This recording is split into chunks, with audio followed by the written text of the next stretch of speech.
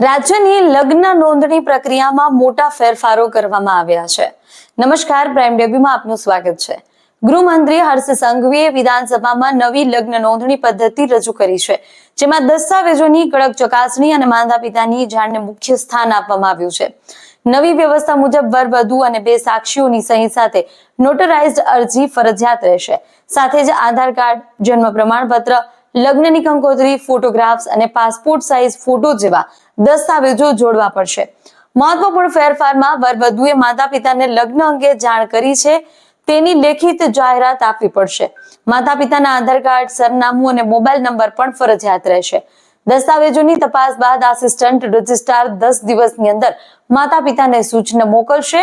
ત્યારબાદ અરજી જિલ્લા અથવા તાલુકા રજિસ્ટ્રારને મોકલી નિયમો પૂર્ણ થયા બાદ 30 દિવસે નોંધણી થશે. આ આખી પ્રક્રિયા નવનિર્મિત ઓનલાઈન પોર્ટલ પર અપલોડ થશે અને પ્રમાણપત્ર પક્ષકારોને વ્યક્તિગત અથવા તો પોસ્ટ મારફતે આપવામાં આવશે. નવી પદ્ધતિ પારદર્શકતા અને કાનૂની જવાબદારી વધશે.